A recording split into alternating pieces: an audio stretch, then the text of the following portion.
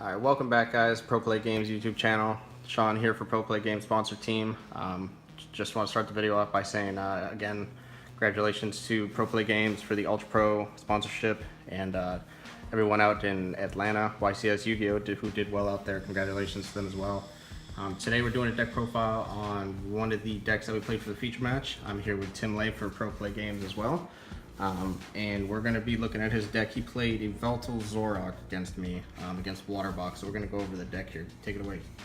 Alright guys, so as Sean said, I was playing Yveltal Zoroark in the feature match. I did think that this would be a really nice combination. I came into Zoroark at a LC kind of recently, and I thought it was a really nice card. I actually haven't seen it because I just recently started playing the game again after a while.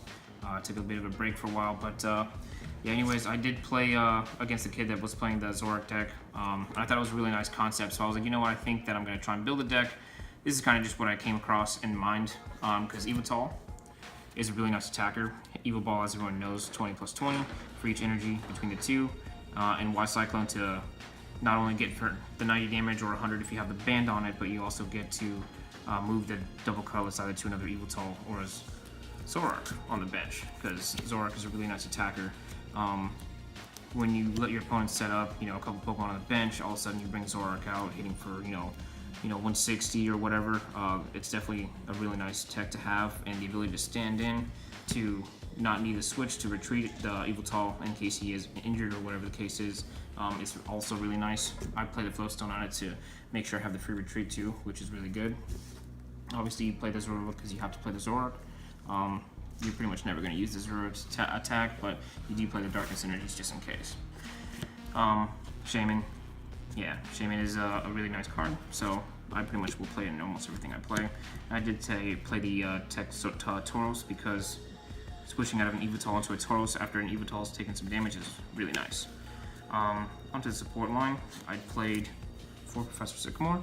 I think that Professor Sycamore is extremely necessary. I played 3 in because consistency and support card draw ability. Also played the 2 Lysander, the Lily, the Professor Kukui, and actually a Ninja Boy. This is pretty much the most standard lineup that I pick for support cards overall in general. Besides the Ninja Boy, I pretty much will always play these as like a core support line in my decks, just because I do think this is a really nice support line to play. 4 Versus Seeker to get those back. 4 Trainer Mail to help you in consistency when it comes to searching out certain things, like if you're in need of support card or Ultra Balls.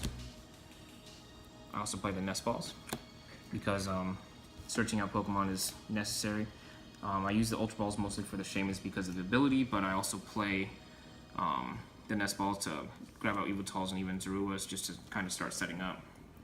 I did play 3 Silent Lab because you don't need basic abilities besides Shaman, and if you can go off with at least 1 Shaman early, you can play the Silent Lab safely and be like, it's generally okay because you already got a Shaman off. You can prevent your opponent from getting theirs.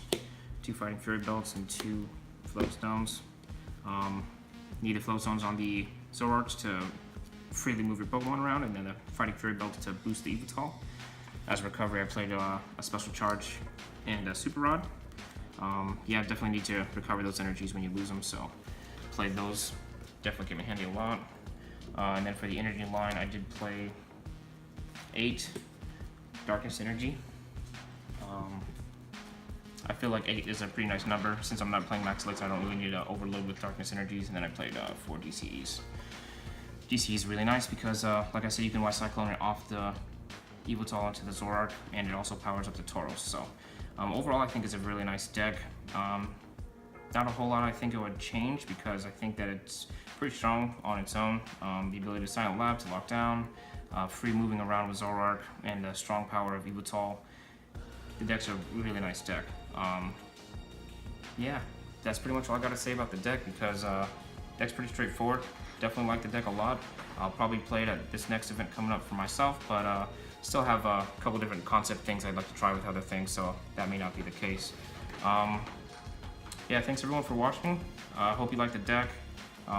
If you have any suggestions or anything like that, anything that you played differently or you would change, just make sure you comment it in the comments so I can review it and everything like that. I do like to kind of take any kind of ideas and stuff that anyone else has into consideration, because no one's perfect, and the deck definitely has different concept ideas that people have executed. So I'd like to see what other things have worked for Zoroark in terms of deck builds and stuff like that. All right, TJ, appreciate it. And just on a note, playing against it, for text that you were talking about, that Silent Lab basically locks out any Pokemon that's a basic Pokemon, any ability. So playing against it with Water Box, one of my Pokemon relies on having water energy attached to Pokemon to retreat. I couldn't get that off, it lost me the game. The Ninja Boy was his other good tech in there. He was able to, I attacked his Yveltal and did some damage to it, and he was able to snipe me pretty hard there with the Ninja Boy swapped in the Tauros, and he used the Mad Bull GX. It pretty much took the game pretty quickly from me early on. So TJ, I like the deck, appreciate it again. So shout out to PPG. Yeah, I hope you guys like the content coming out. Yeah. Coming up soon here, we're going to be doing voters deck feature matches. So I think the one that the players voted on recently here was Decidueye Plume versus what was it, Dark Dragons? Yeah, Dark Dragons. So we're gonna throw that together coming up here at the end of the week, and we'll be getting the Water Box deck profile too. So appreciate it, guys. Once again, Sean here from PPG and Tim Lay from PPG. So see you guys next time. Peace.